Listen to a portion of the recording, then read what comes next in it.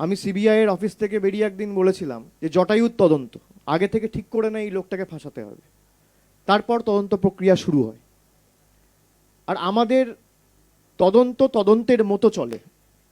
যদি কারোর যোগসাযোগ থাকে, যেমন মালদার ঘটনাটায়, দুলাল সরকারের ঘটনাটায় তৃণমূলের একজন গ্রেফতার হয়েছে। রাজ্যের মুখ্যমন্ত্রীর নাম কি?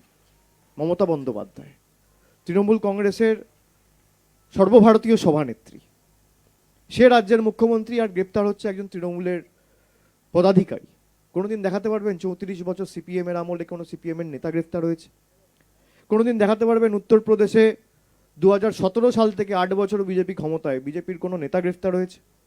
কোনোদিন দেখাতে পারবেন বিজেপি প্রায় 2 দশকের বেশি ক্ষমতায় গুজরাটে, কেউ দেখাতে পারবে যে বিজেপির কোনো নেতা গ্রেপ্তার হয়েছে?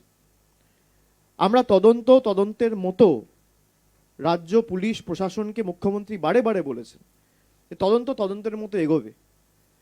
যদি কেউ কোনো রকম ভুল করে, কোনো রকম কোনো অপরাধের সাথে যুক্ত থাকে, সে যে রাজনৈতিক দলের হোক, যে বর্গের হোক, যে ধর্মের হোক, যে জাতির হোক, একজন দোষী, একজন অপরাধী।